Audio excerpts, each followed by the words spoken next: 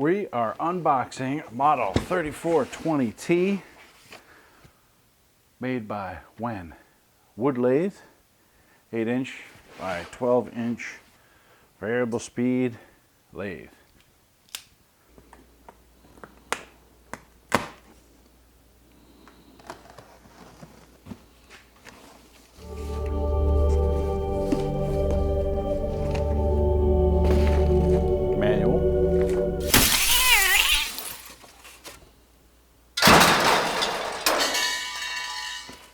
Everything seems to be in a nice, neat, organized place. Let me get this out and we'll take a look at it. And there it is. I had to go find the manual because I wanted to make sure I had all the pieces and parts, which I do. Nothing is lost. It's a little smaller than I thought, but then again, what do you get? There's 4 inches here, clearance, so you'll have 8 inches, the maximum depth of 12. It's pretty sturdy. Let me put this together, and a little bit more assembly required, and we'll talk a little bit more about it. The nice feature about this lathe is that it has a variable speed, but more importantly, no special outlet required, just a simple 110, and we're good to go. Okay, watch the bottle of water is me tapping the headstock. I'm going to turn it on. Let's see a little bit of vibration, not much, but as we turn it up, you'll see ripples start to form.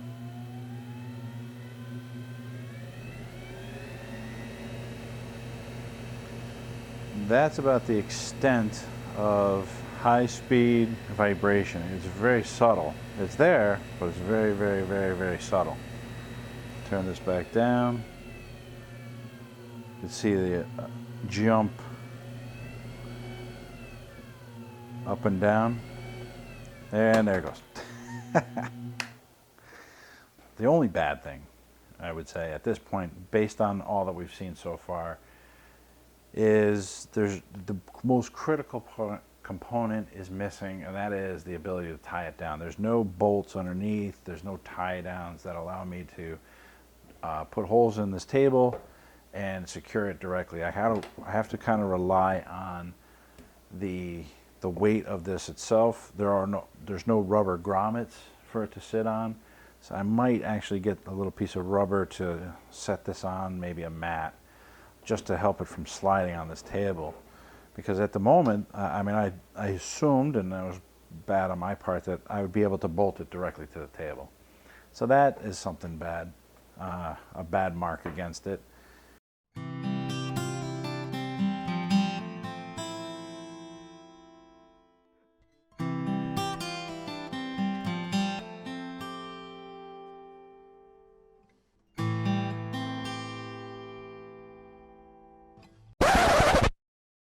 Another opening? Why, yes it is.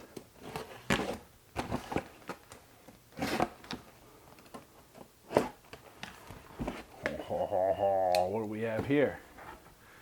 Well, you already know. It is a shield, face shield. It's always good to have. And, which you have already seen, I'm sure you've already seen this, because we were just talking about it. But we're looking back into the past. Ooh.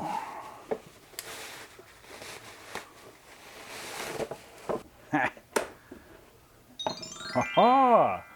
Tools of the trade. All right. Let's get the plastic off of these and we'll talk about them.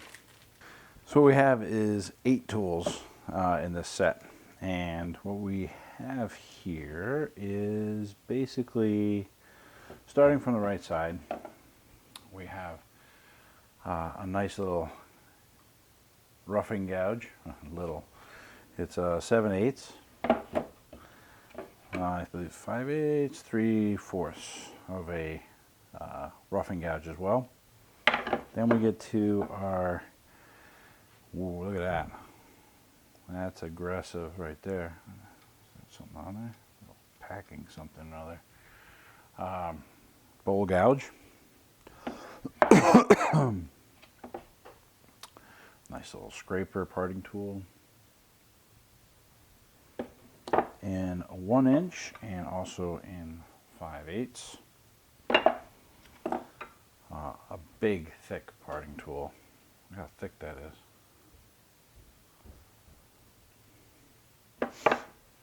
It's a 3/16. Here's a 5/8 that has a bit of a bevel. I can't focus on that maybe.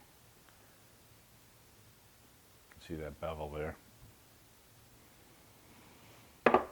And last but not least,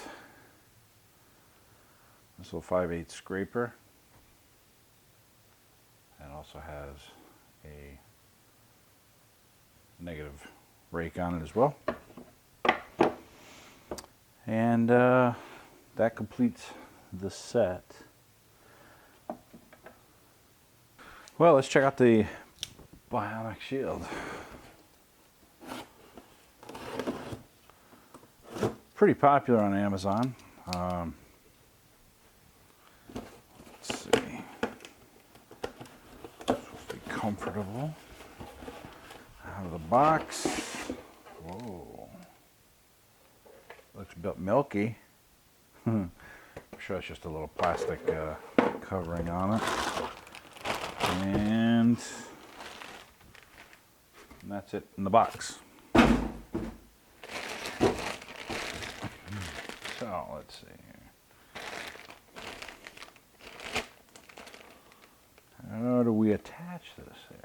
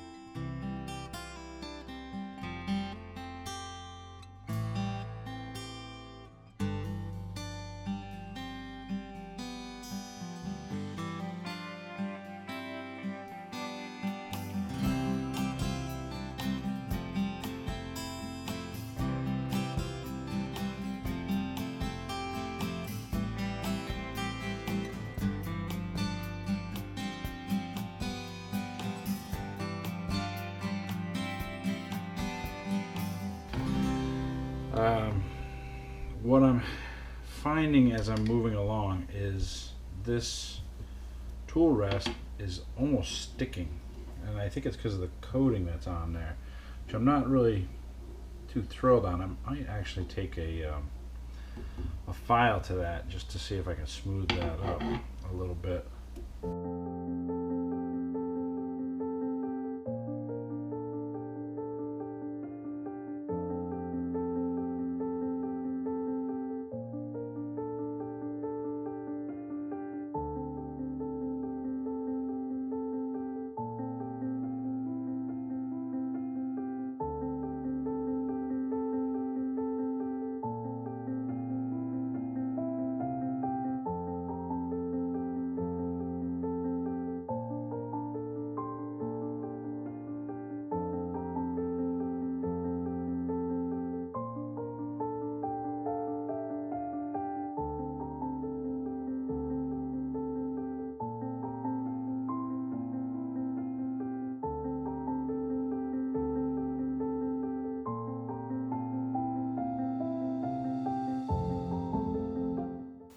Definitely need to get a longer tool rest.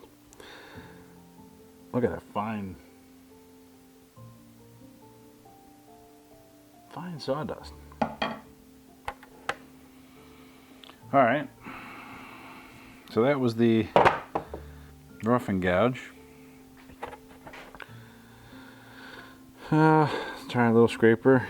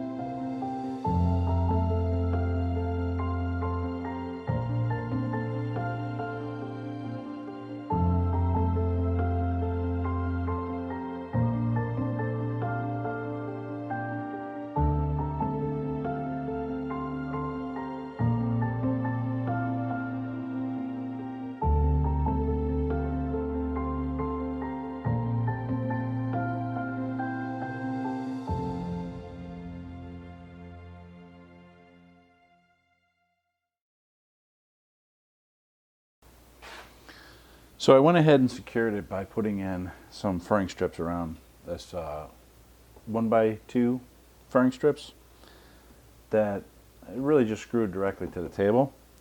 I have them going around the side, also along the back, right down in here, and along the side here, leaving the front completely open so I could pull this out, flip it over, take a look at the underside if need be. But for the most part, that locks it in. And it kept walking before. Now it doesn't walk anymore.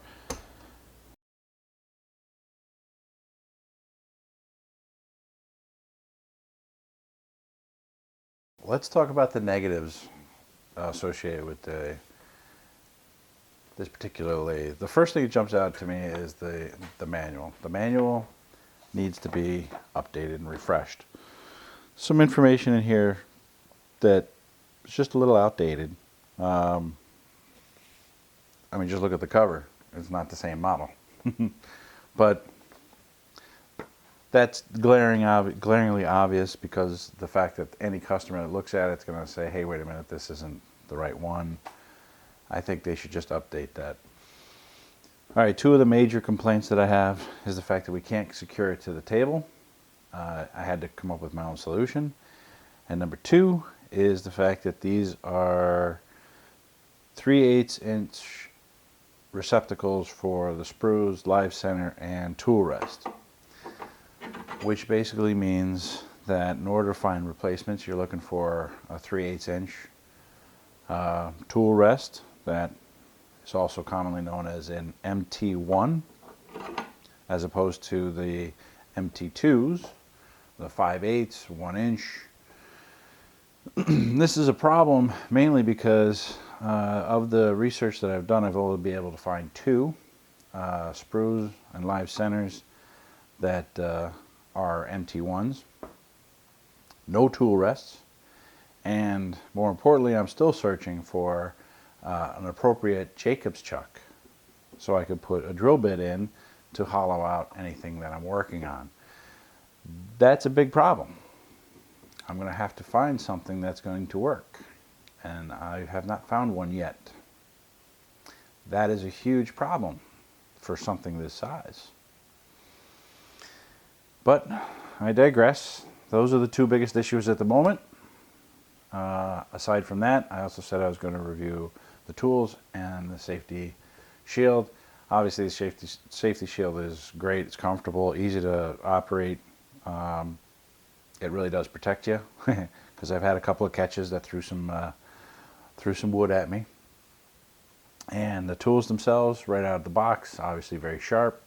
I will have to sharpen them at some point. This is pine. This is just a piece of 4x4 pine, so not really chewing it up, but they will need to be sharpened, I'm sure. So they're pretty good as well. That's it. So I hope you enjoyed the review, and leave a like. Thanks for giving me a turn on your screen.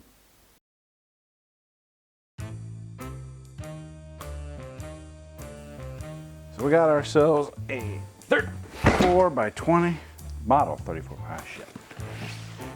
Try that again. Wood lathe by WEN. It's a 8x12, 8-inch round by 12-inch spindle. So, let's start this. She opens up too fast now. It's recording. Now it's recording.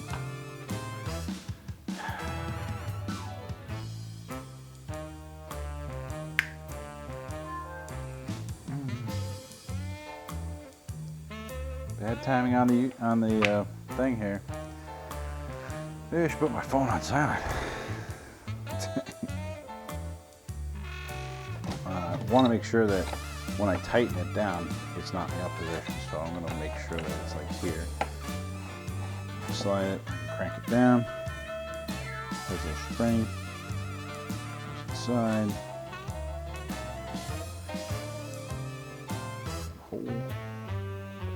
Oh, it's a flathead. Oh, I'll be darned. I thought that was going to be a hex. I got all these hexes here. Let me get a flathead.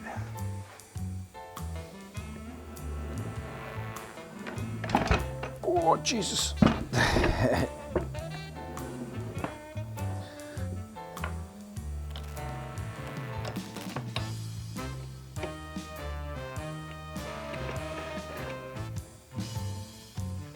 Screwdriver not included.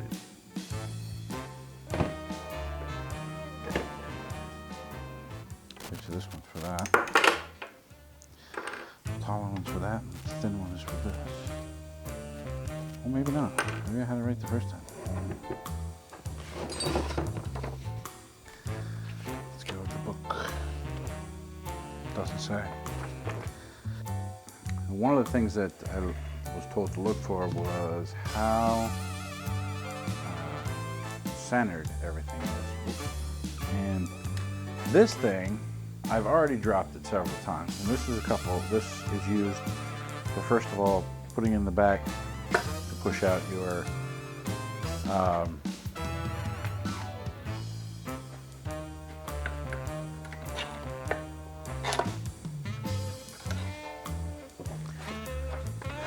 what the hell's it called? I can't remember what it's called. A little bit of a vibration there.